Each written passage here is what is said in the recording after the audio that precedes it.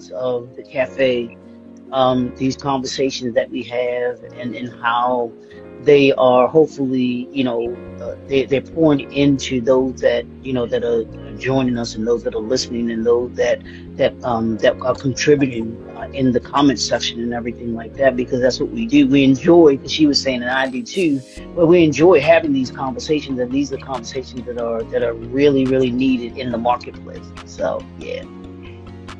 Awesome, awesome. Well, this is a great point for me to jump in and say and add to what you are saying, that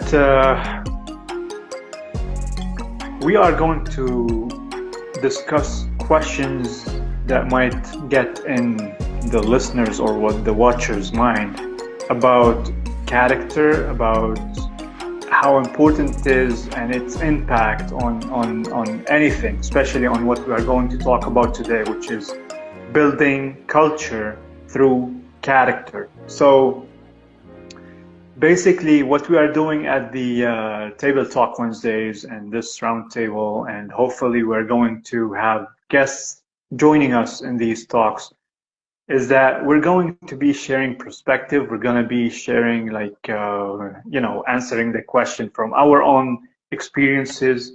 And we're going to talk about things that are happening to everybody.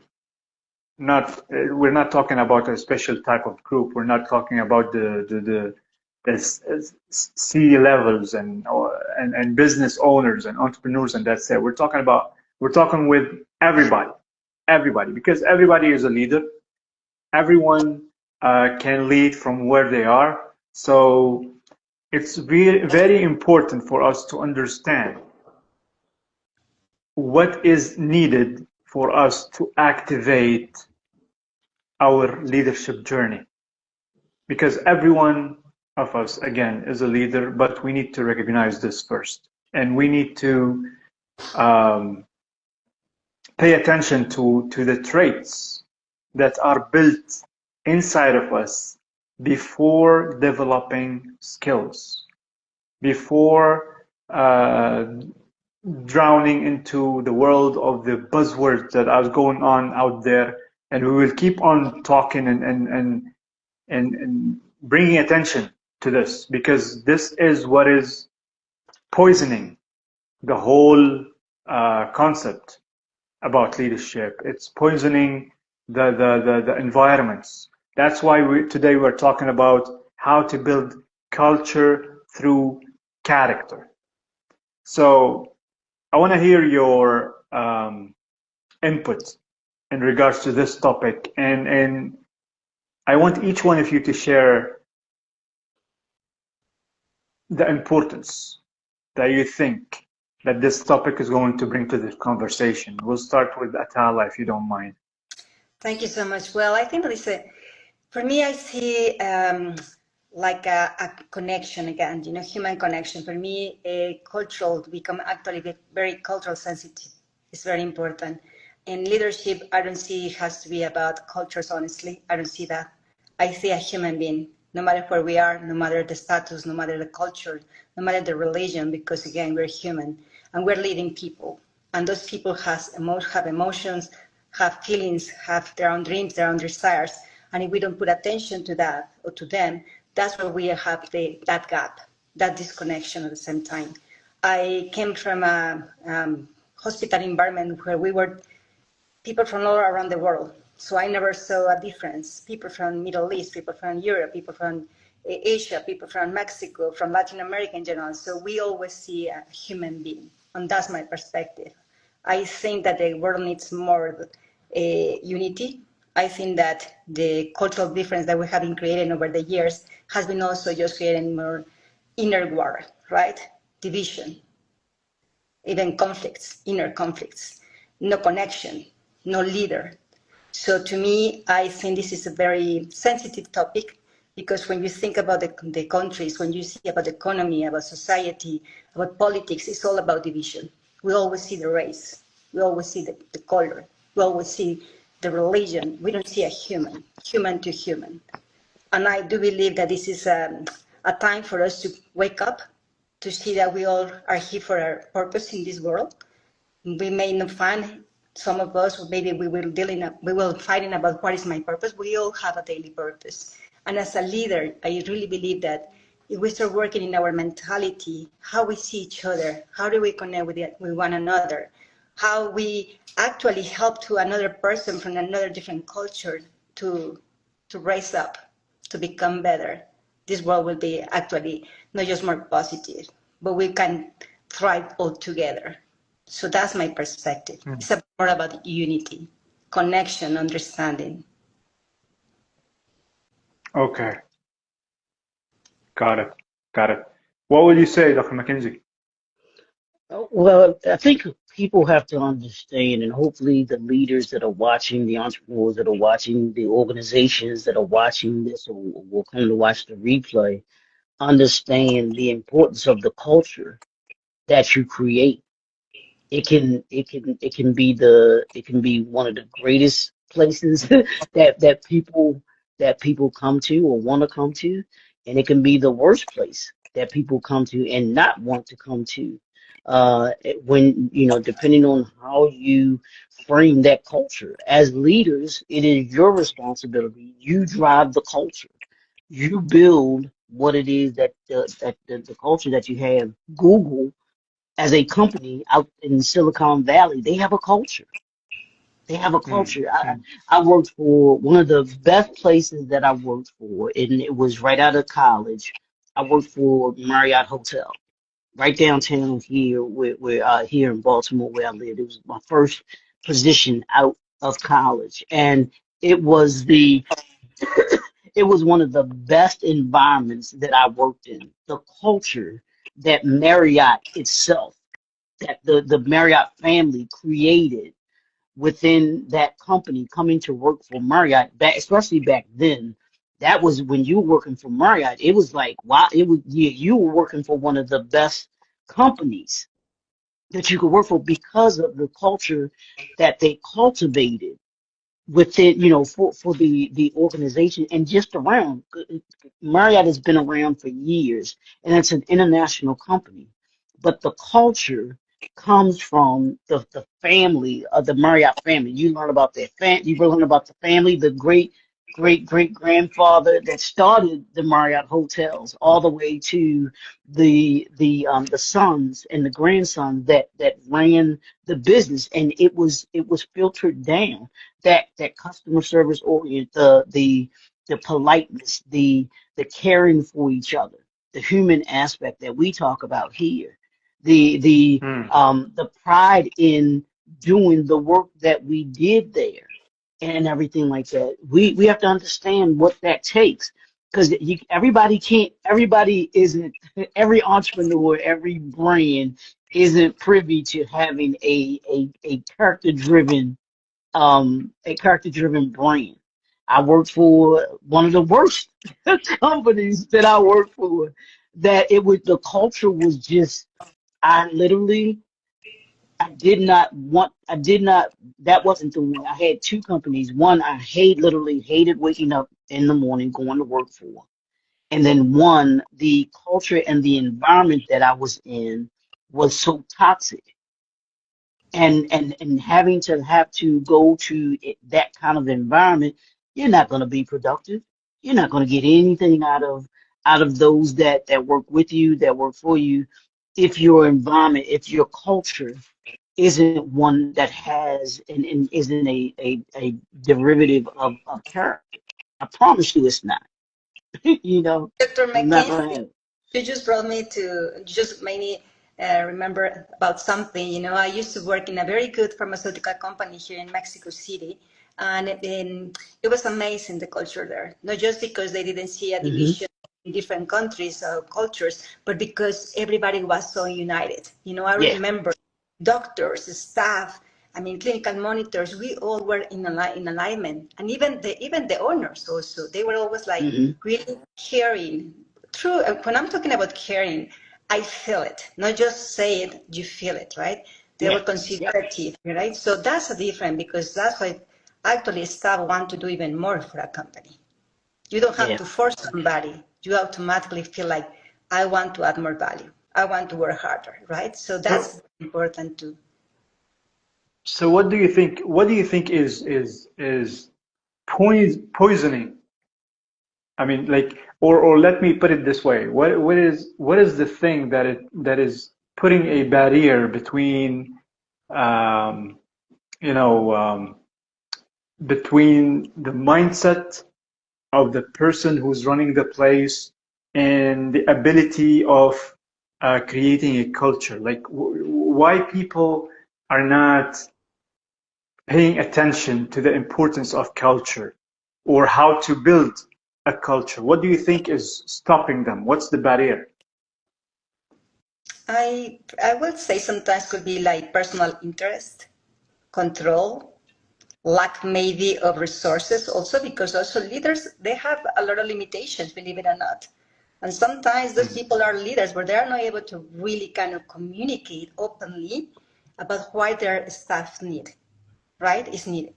So I think sometimes also they have to really kind of have personal development courses for sure, because not everybody's a leader, and we see a lot of leaders in the wrong spots or places, leading people poorly, poor leadership. So it could be control, lack of resources. It could be also personal interest. It could be lack of, personal development courses or from in training. That's what I have seen in the past. And also maybe like lack of really connection with the purpose, or maybe they don't identify the purpose. They don't feel in alignment and connected. So they don't work for it. You know, when you have a purpose, you go forward, you believe, and you transmit that energy, right? When you don't connect in that way, you will do a poor job also. Yeah, So, and yeah, go ahead, Dr. McKinsey. Go ahead. no, and just to add to what Atal was saying, the leaders are the one that, or the entrepreneur, the one who created the company, they drive what everybody else does. If you look at a company that has a culture, I promise you, look at look at the head of the company or the organization, and their character is what the culture becomes of that company, because everybody is, it goes to, according to their mission, their vision, what it is that they set the tone at. And I know you all have seen, you know how they have that the leadership triangle that they have, that they have illustrations, and some have the leader at the top of the pyramid, when where the ones that I've seen that I believe in, the leader is at the bottom, because the leader pushes up everything that happens in that company, including the culture. If you want to have a culture of chaos, if you are a person of chaos, if you are a person of no morals, if you are a person of, that doesn't, is looking at backstabbing people or not treating people right or standoffish, you best believe that the culture that is in that company is going to be that. It's going to be chaotic. It's going to be in disarray. It's because everybody else feeds off of what the management and what the owners of that company, what they believe in and what they actually do on a day to day. Because culture isn't just about what we say we want it to be. Culture is what we do. Tyler, you said day to day. What do you look like? What do you act like on a day to day basis in your business as a leader? And if that's what you look like, then that's what the culture is going to look like, because you facilitate that culture every single day. And I think sometimes it need to be updated also, right? Because things change. I mean, even with your clients, with your staff. I mean, Hmm. I think we need to really add more training, and training about really connection, about actually how to manage the stress. How do you identify when somebody's burned out, right?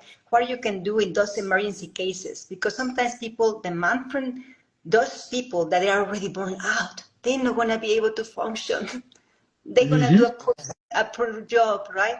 But we are not connecting. We're ignoring. We're demanding more and giving less. Yeah, Mm, mm, yeah, yeah. And culture's about a mutual connection too. Because I had this company I worked for, and they took us. We did this off-site, um, kind of like a retreat developmental day, like you were talking about, Natalia. And it was probably one of the most eye-opening things that I've been a part of. They had us do this pre-assessment, um, kind of questionnaire and stuff like that that we did to kind of give the people that were going to be facilitating the day, to give them an idea of what type of personalities we were, that the staff was and everything. So at this retreat, this 1 day retreat, we're there and we're sitting in this circle, and we begin to talk about our different lives. And I can tell you there was so many things that we didn't know about each other that was going on. And that day I think changed part of the culture of the company, because you now started to see people through a different lens, that human aspect that you were talking about, Natalia, because now hey, I didn't know that she was dealing with this. I didn't know she was coming to work, and she's dealing with, all of these home issues or these other things. And oh, I didn't know he was having this kind of issue because of the way he grew up and everything like that. And it gave you a sense of what people really were. And that has a determining factor in what the culture can look like and what culture looks like. So communication and connection is key to True. having a successful culture. You just remind me. Just not too long ago, I was able to. I was invited to do a training, right? So that's what I did. It was about human connection. It was about Hmm. asking personal questions, not for curiosity, just because it is important to know that you are dealing with a member that maybe mm. is going through a loss, is going through divorce, and you don't know those things. I mean, that Hmm. person is not going to be effective in her job or his job. Absolutely not. But also, then we start asking about the real thing too, real Yeah. problems at work. And it was amazing because managers, they were like, wow, I didn't know that you were going through these Hmm. things. That's important too. Sometimes people don't open themselves because they think they're not going to they are not visible, they are not, heard. So it is important. We need to start really changing the mentality, right, about how we're leading people. And the connection is always, as you mentioned, communication is key. It's fundamental. Mm. Yeah. Yeah. Yeah. So I have a question for you, Dr. McKinsey. From your experience in what you do as a business consultant, Hmm. what would you say to to to these entrepreneurs or the aspiring individuals who want to start the journey of entrepreneurship? What do you tell them when they are building a brand? Like, when they are building a brand, the word culture will be, mentioned, and they will be having the culture term within their plan. So, and they think of it in a different way. It's from a different. I mean, what we're talking about today might not resonate with the people who are trying to focus on culture because they are looking at culture from a different perspective. What would you say for these people? Well, it does when whether you are someone who is aspiring to, to start a company, or someone who has entrepreneur that has a company now, is you should be, if you're someone who is looking to start a company, then you want to know what type of, you want to define your culture. That should be a part of your business plan or part of your planning. What's the culture what do you believe in? And you build a culture based on your what is your core value system. I call it my brand value system, or your personal value system. What are your personal values? What do you want your brand values to represent? So that when you go to start a company, this is what I believe in. This is what I want my people that come to work for me to believe in. Because if people don't believe in the culture that you're building, yeah, you'll be there'll be a revolving door. And I'm sure Tyler can speak more to that. You have, I mean, I've seen it throughout my career where you have so many companies that aren't successful because they because of the culture that they don't take the time to cultivate. You can Mm. talk about what you want all day long, but the question is, when people come to work for your company, when those that you serve, they come to buy your products or services, do they feel, as Tyler said, do they feel your culture? When you when you Tyler, I don't know if you go to Chick-fil-A or not, you feel the culture of Chick-fil-A. That it's embedded in what they do, everything that they do, and that came from the creator of Chick-fil-A because of what he believed in. So you have to not only people have to see the culture, they have to feel the culture, and they have to take in and be a part of, where that culture is felt, where it's like, man, this is a place that I enjoy working. Like I told you, I worked for Marriott, and I worked the 6 a.m. to 2 p.m. shift, which is like I was just like that. I gotta go to bed. I was in the bed by 8:30, 9 o'clock because I had to get up so early. I'm like, I can't. But and I would get off at 2 o'clock, and so that time to getting off at 2 o'clock in the afternoon was great. But having to go to bed at 8:30, 9 o'clock, 9:30, I was just like, man, this is killing me. And having to get up at 4 or 5 o'clock in the morning to be able to go to work. But what made it so good was the people that I worked with. And I was I was just a front desk agent, but we had so much fun because we would be competing against each other. We had a line full of people. We up there having a ball while we're working, checking people in. There were people that we got to know that were regular, regular Marriott people that they came, so we knew who they were. We knew what type of room they liked, and we would have it all set up. That's culture. That's culture that you can't. That's something that has to be cultivated. Those are the things that make it worth, you coming in to work, even on those days when you're not having a good day. You may not be having a good day, but being in a Mm. in a culture, in an environment like that, it makes you better. Somebody that can instead of say to you, hey, you good? You good? You need to, even if it's whether it's you as an entrepreneur or as the owner, or whether it's another employee to you. You all right? You kind of looking a little down today. What's up? What's going You on? Because like mentioned, you said, yeah, you there know, may be something going on at home. you just remind me something else, Mm. Dr. Mackenzie.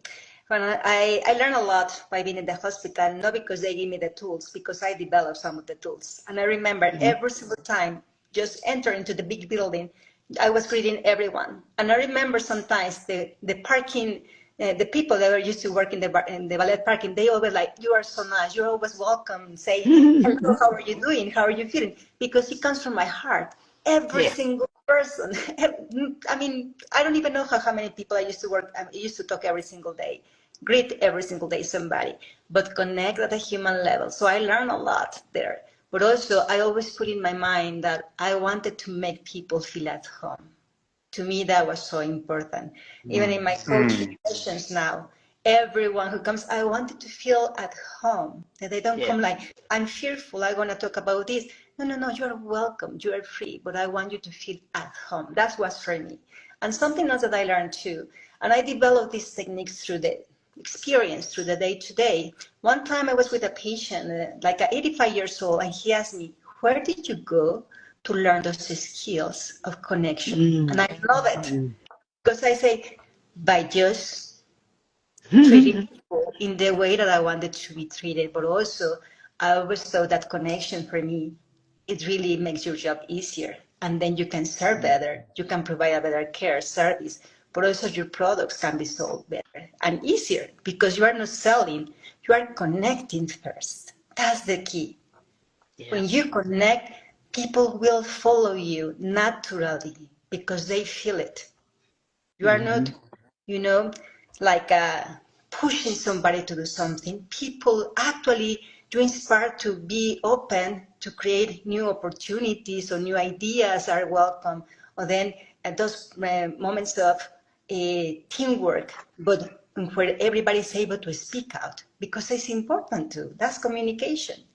If only one person is leading and is giving all the answers, you are not allowing your staff to be creative, to find solutions, to add more value into their team, into their problems as well, to find solutions faster, easier, right? So I really feel that when we're leading with culture, with connection, make people feel comfortable at home, your staff, your customers, everything's gonna be in alignment. It's a different kind of energy, actually. When there are problems, you can find solutions faster.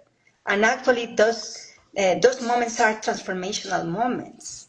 They are not just friction, because you can feel when a client comes to you, when a staff member comes to you, when the leader is also, all disappointed, or upset, or frustrated. That energy goes to the other people as well, and we're not aware. Sometimes people are just reacting, not responding in leadership positions, and that's important to consider as well. This is what I wanted to ask you, Atala, because you always talk about the energy, and you just mentioned something very important, which is the feeling, like how people feel the culture. So to simplify it to the audience, I think what are the things? go ahead, What are please. the things that, yeah, what are the things that make you feel the culture of the place? Like Dr. McKinsey mentioned Chick-fil-A, Mm-hmm. and you have other places like the hotels and everything. Like when you go inside, you feel the vibe, you feel that. What are the things that make people feel the culture? I think definitely connection, even when you are greeting somebody, when you are smiling, when you are asking questions, when you say not just how are you, when you say how are you, ask how are you, people say good. When you ask how are you feeling, people talk about their emotions. And that's a huge Hmm. difference. People right away like, wow. And it's amazing that question. I asked thousands of times and I got thousands of different responses that create connection automatically, naturally, right? So I think that the way that even when you just come into a meeting, into a building, when you are really, Hmm. that confidence, but not from arrogance, but actually because you are humble enough to say, to be able to open yourself to ask questions, that to be vulnerable, to say, hey, are you okay? Do you need something? Many times it's about observing. When you observe, you learn, right? And that gives you a clue. Maybe this is Hmm. something. Maybe I need to change this way that I'm treating this person. You start creating your own like self-discovery techniques that you can actually use. But I think connection, empathy creates connection and open doors.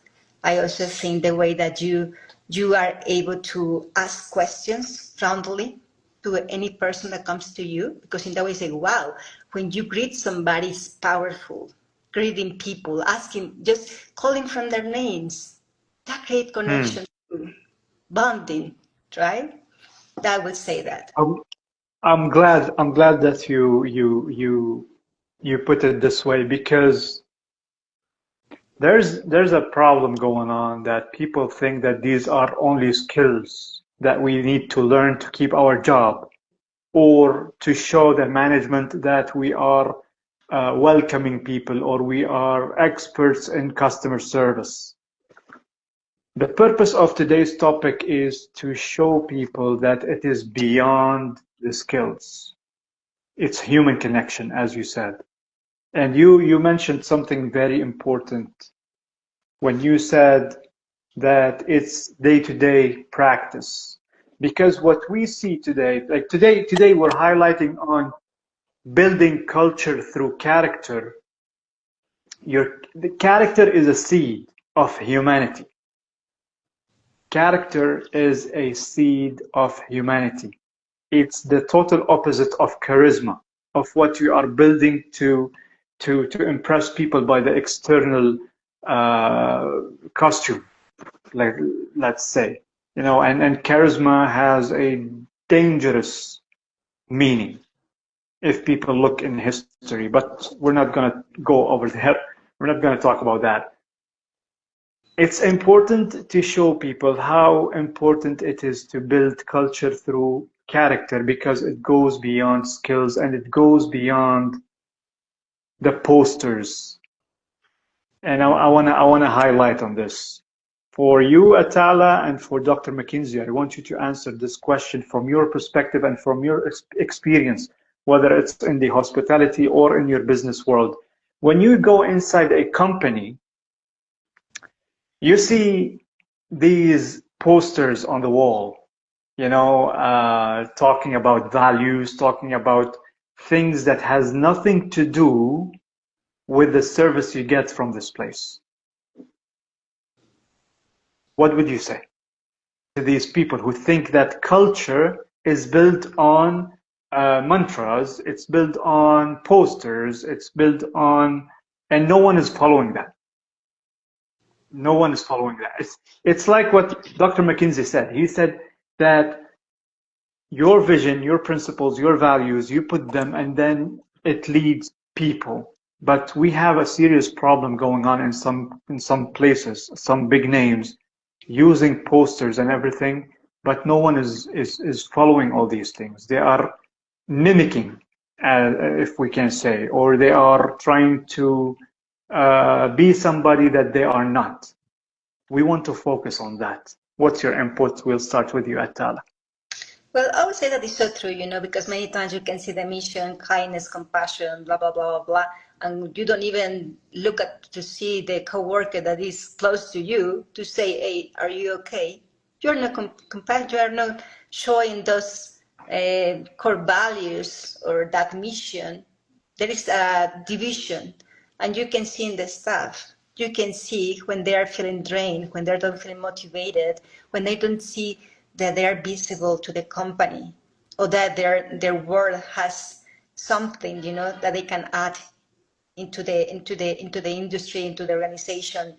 I have seen that many times, and what I have seen is that these people who are working because they need to work, but also they are not doing their best because they don't feel motivated or inspired. Or sometimes they say, because they promise this, but I'm not getting even anything.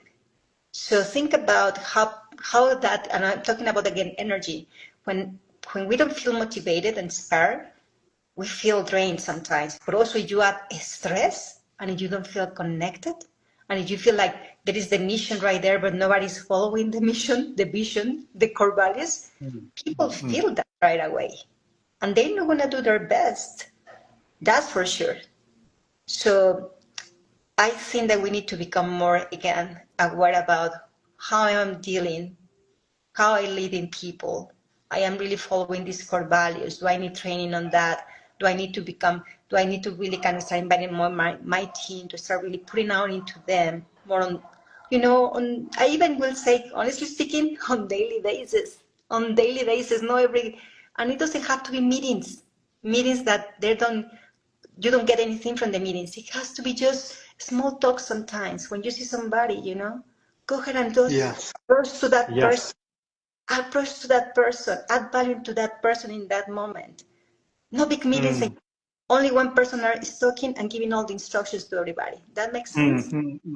Yes, 100%. 100%. 100%. What's your input, Dr. McKinsey? Well, here's the thing. Like you talked about, culture is more than just putting pictures on the wall, sayings on the wall. It's, do you believe is it more than just visibly being able to see it? Are those same values and morals that you see on the walls of different organizations, are the people a walking image of what you have on the wall there? Those values, those things that you have in there. Can you visibly see it in the people that work for the company? That's the culture. That's culture. I had a company that I worked for, I had a supervisor, and he was probably one of the best supervisors that I'd ever worked for, because he had talked Mm. about, not only did he talk about, he said people don't, when we said this, I think a couple of weeks ago, we said people don't leave jobs, they leave managers. Yes. People don't leave jobs, they leave managers because of the unhappiness that they have with the way that they're being treated by those particular managers. That's culture.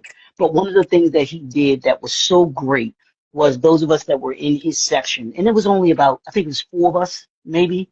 I think it was a group of four of us and then him. But that had the area where we worked and that we were over. But we would have a meeting every week, and part of that meeting, or that meeting was, he would tell us, you could take the gloves off. If there were any issues that we needed to talk about, this was the place that we could air it out. There would be no repercussions, nothing. We had the ability to be able to speak our minds openly without any worrying about any repercussions or anything in those weekly meetings that when we came together. That's Mm. creating a culture of openness. That's creating a culture of authenticity, that you know that hey, I'm a part of where the people really care about us as employees. They really cared about what our opinions were. That they not only saw us, but they heard us, and they acknowledged us, and they respected us. So that was more than just some, the sayings on the walls and everything like that that you see in some companies. You can have that all day and all night, and you got people walking around miserable on that job. True. That's the difference. That's the difference between just having those values on the wall and actually being the walking version of the values that you possess, that you say you want to possess in an organization, but that you as an entrepreneur, you as a own business owner, that you instill in the people. You want to Mm. be that, so that when you do walk around and you haven't, and you're talking with those that work for you, or even those that work with you, they don't just hear the culture, they feel it. They feel Mm. it coming from you. And Sometimes look what you said, Dr. Mackenzie. When you feel what happened, energy hmm transform. yeah, yeah, Automatically, when you feel love, energy is transformed. yeah, When you and feel that's hurt, important. that's the same thing. It's super important. Yes. Awesome. Yeah. So, if I'll ask you, Atala, in one word, describe culture in one word as Mm. as a value, or as a principle, what would you say? Oh my goodness, that's a very good one. I would go for the same thing. I mean, Be would be. careful. Be careful. Don't sit with me on a table. I ask tough questions. Wow. I Ay, love it. I can I love it. tell I you? love it. Can I tell you? I would say love, love, and I'm talking for What leaders. about, Mm. yeah, okay, okay. I want you to elaborate on that. Do you want me to elaborate on that?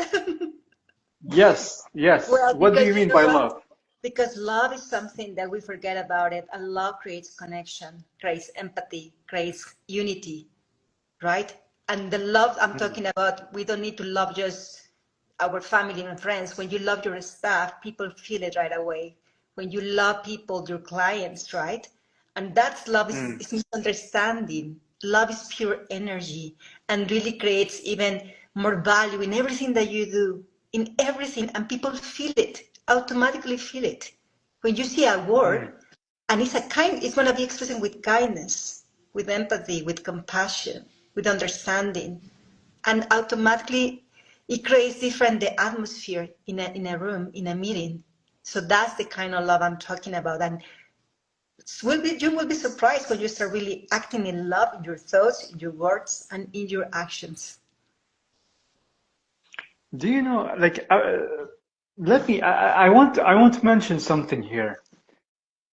We talk about character-driven leadership from different aspects, right? But every time we land on the same um, same steps or same plan or same strategies that we need to put in place for us to achieve this state that we're talking about. Whether we're talking about understanding, we're talking about love, we're talking about energy, we're talking about feeling. So this tells me that these are principles, yet we are seeing people are finding it hard to achieve something in their life because they're not able to implement what you just said correctly. They don't know what's the meaning of love. They don't know what's the meaning of understanding. They don't know what's the meaning of empathy. They don't know what the meaning of compassion. And this is a very clear evidence that people are using these terms as buzzwords. So I'm going to, yeah, go ahead. Go ahead. No, definitely, because when I'm using this, I apply these values every single day for 16 years, and I saw the benefits, the unity, solving problems easier, all those things. But I'm using in coaching, and it's the same thing. When people How are you start, doing? Yeah, how are you doing this? I want you to tell I people how are you doing this? I go through 7 different values: love, gratitude, compassion, empathy, kindness, even forgiveness, and faith. So all these 7 core values I apply in daily basis. I ask that I create questionnaires, but I create also exercises, audios on that. So we go like, for example, this week is going to be full of love, thoughts, word, actions. So we start feeding mindset. Energy level is higher. Human connection is even better in families, in friends, in businesses. So it is about changing the way that we think about love. It's about feeling. It's about giving freely. It's about connecting. And I go with each one of those values. Sometimes I take like 2 weeks of each one, but it's about exercise. It's about rewiring ourselves. An important thing is about active and like practicing once, over and over, because in that way you really understand the meaning and the effect, the positive side effect, even in your immune system, in your well-being, in your relationship, creativity. It has many, many, many, many positive effects, natural effects, no medication, naturally positive effects in yourself and also in your environment.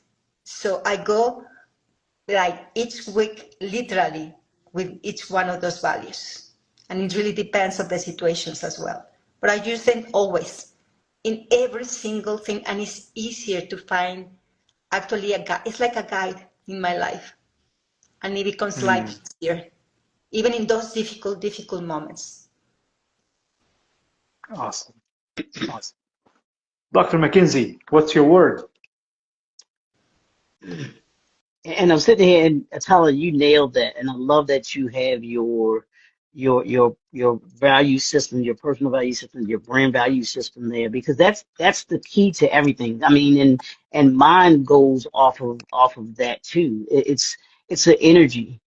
If I had to use one word, I'm going to say it's an energy that you operate from. But my core values, that's the wisdom that I try to have and that I try to operate with being intelligent in the decision making that I do.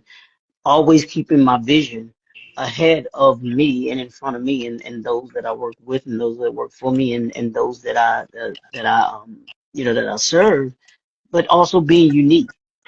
I think part of what I try to do is not be like everybody else. I'm not going to make decisions because everybody else is doing something. If it doesn't make sense, it doesn't make sense, and you have to be willing to Mm, do that. Part of your culture, if you're going to be not like everybody else, is not sometimes not being afraid to go against the grain what everybody else is doing, and that can it got me in trouble because people didn't like when you have a mind of your own in corporate America. So that can disrupt their culture, what they want you to think like. It's like, no, you know. So you have these things and your commitment and consistency, being able to being able to be that walking what I believe in. My core values. I don't just say them. I don't just know them. I walk with them. My decisions Mm. are based on those core values, are based on the culture that I want to be able to create. I can't tell people that my culture is to enlighten, empower, impact, which is to teach people something, to equip people with something, and then to impact people to want to do something. I can say that, but if I'm not cultivating that, if I'm not the image of that, then people will be, it'll just be, I just hung something up on the wall, put some words together, and said, okay, this is who I am. But it's not who I am, because if I'm not practicing it in practical terms, where people not only see it but they feel it, then am I really creating the culture that I say that I want to be able to create, that for my organization, for my company. You know, you just reminded me of something that I always think about. Like, I always envision that when I put something on the wall Hmm. for myself, like I have something here that says reality called, and I hanged up the one that I have over here. Hmm. Okay. When reality calls, I hung up. And Hmm. somebody asked me, somebody said, like, this is something beautiful, this is something great, this is beautiful. Can you tell us what? I said, I don't put things on my wall without a meaning. Hmm. If I want to describe something, or I want to talk about a quote or a mantra or something that I have on the wall, I have to make sure that there is a story behind it. Hmm. Hmm. There's a reason why I have this in place. There's a reason why I have this poster or this picture or last week we were talking about chess. Like when I have a picture of the king or the queen or whatever, it means that I'm showing people that I'm leading my life by chess. I make Hmm. good decisions by chess. You know, like this is an example. And it can be it I mean you can tell people about your culture through images, right? An Hmm. image that means something to you, but you have to make sure that there's a compelling story behind what you have on the wall. This is very important to have uh, culture. So my next question I'm going to ask you, Dr. McKinsey, since you are a business consultant. If somebody is starting a company or starting a business or whatever, and they're having a team, what would you tell them when they have a new member joining and is not fit? Like, I mean, he's qualified and everything, but he's not fit to the culture. Is it healthy to keep this person in the place, or what? Well, I think one of the mistakes that I saw that was made consistently in corporate America was that people or companies and organizations, and my buddy and I, we were talking about this the other day, that they wanted to just have bodies in positions in companies. Mm, And when mm, you're hiring someone just to have a body, the culture is going to be thrown off. The operation of that company is going to be thrown off, because when you need to get things done, and when you want people to understand the mindset of how the company certain decisions are made, people, the ones that aren't in alignment with the vision, the mission, and the culture of that organization, they're going to just do what they feel is right, as opposed to saying, you know what, the decision that I'm making, what's best for not just me in the position that I'm in, but what's best for the company. And does this go against the culture of the company? Because mm, when you're working for someone else, you are a representation of their company. I mean, of their culture, of their brand. That's what mm, people, when they see you, that's what people say. And I don't know if y'all agree with this or not. When you have people that say, well, I work for this company, but when I'm off, I'm not a part of the company. You're always representing the Yes. company. No matter, no, Yes. you Yes. could, you just always are. That's like a policeman saying, well, since I'm off duty, I'm not a part. No, you are always a policeman, period. You are always Yes. a fireman, period. You are always those of us that are entrepreneurs, you are an entrepreneur always. You are your Hmm. culture. So when people see you outside of your I company, love that.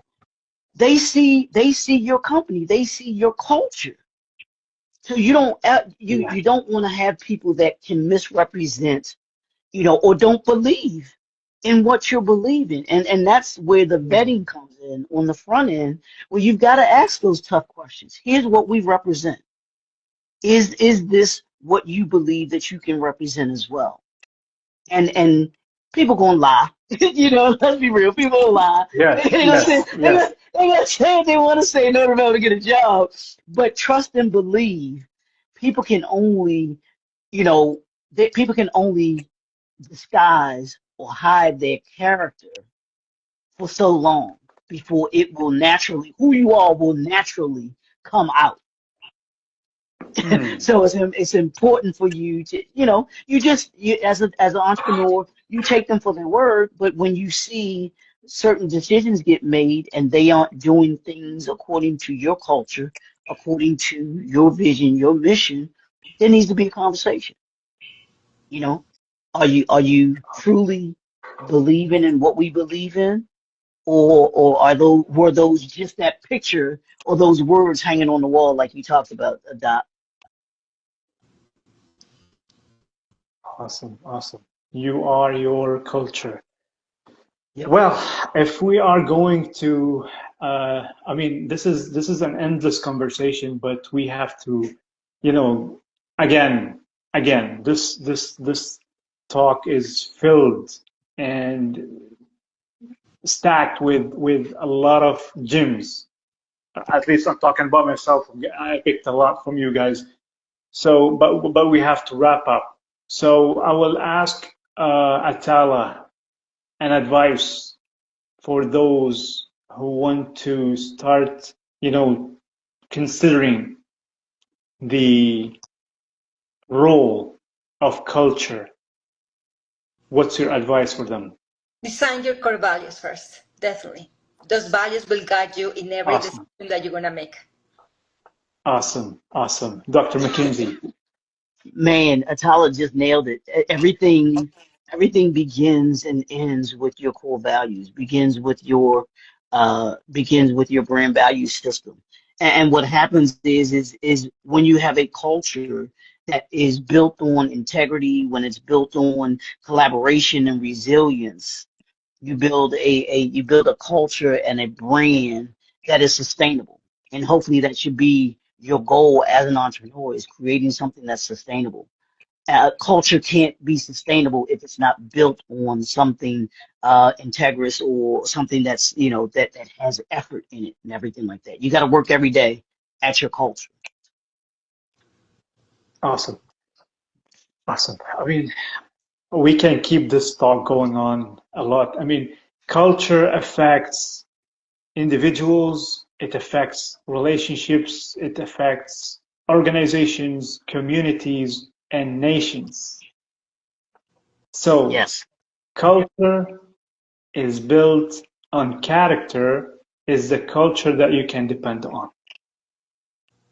This is this. I mean, again, Atala, thank you so much. I knew by heart that you were going to talk about the core values.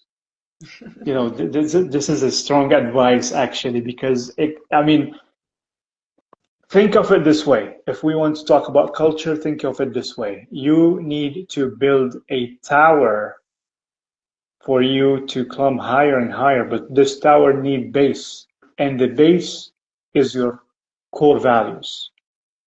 Once you have your core values in place, everything else is easy to be built, and you will be trusting that building that is going to stand tall no matter what, and it's going to go higher. So That's this is right. the importance of culture being built on character. and avoid having posters without meaning on walls just to look good in front of people, you know. Yeah. So, and we are going to talk a lot about, I mean, as you can see, in every topic we're talking the same thing. We're talking the same thing until it's done, until we get it right, until people internalize what we're talking about. Because character-driven leadership is needed today more than ever. We have our YouTube channel, we have the Instagram, we have the Facebook group. We want you to be a part of this community. We want you to start sharing and tagging people who need to hear this. We want you to internalize the messages that we're try to read between the lines, because this is where the gems are. They are between the lines. We're talking, we're sharing stories, we're laughing, but there's a serious message that we're trying to communicate over the talk that we're having. And we're looking forward to have guests who are going to help us more to diagnose issues, problems, and give practical solutions for it. We're working on it, and we are working towards expanding the character-driven leadership, and we want you to be a part of it. And that's it. That's it. If you guys have something to add, feel free. Otherwise, we're going to see you on next Wednesday with another hot topic about, like, it's all around the center of leadership, which is character. I'll add this one thing. Y'all, if for those that have watched me, y'all know I like to give homework. So here's your homework as a leader, as an entrepreneur, as a business owner. Is I want everybody that's watched this, whether it's the replay, whether it's on YouTube, I want you to share this with five either organizations or five entrepreneurs that you believe could benefit from hearing this. Because as Doctor said, there's a number of people out here that need to hear this information.